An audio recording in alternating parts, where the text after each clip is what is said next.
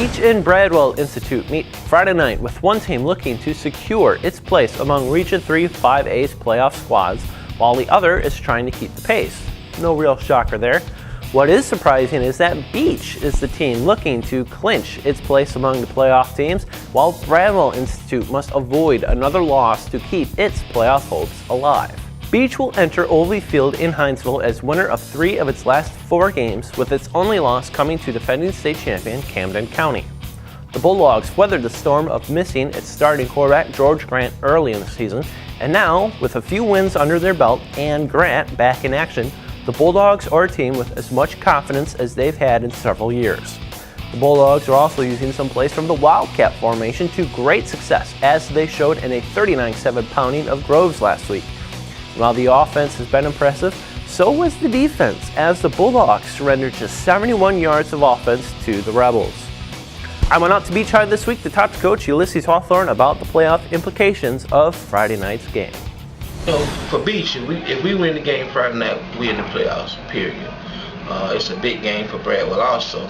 It keeps them in the playoff if they win. So it's a lot on the line for both programs. We're excited about the opportunity to play against Bradwell.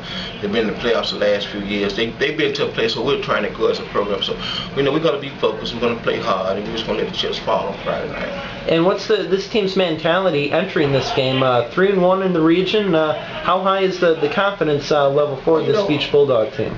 The seniors are feeling pretty good about themselves. But we played well the last couple of weeks. We've beaten 2 quality teams, and we're just excited about the opportunity to compete against Bradwell. Hopefully Bradwell, will look above us, and we'll catch some sleep and hope.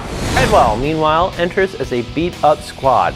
The Tigers have seen numerous starters on both sides of the ball in recent weeks go out to injury, and earlier this week it was unclear just how many, if any, the Tigers were going to get back in time for Friday's game. But one Tiger who is healthy is fullback Sheldon Barnes. The senior is a tough load to bring down to the ground, as evidenced by his nearly 950 yards in just 7 games. Beach's success so far in region play has certainly turned some heads, mine included.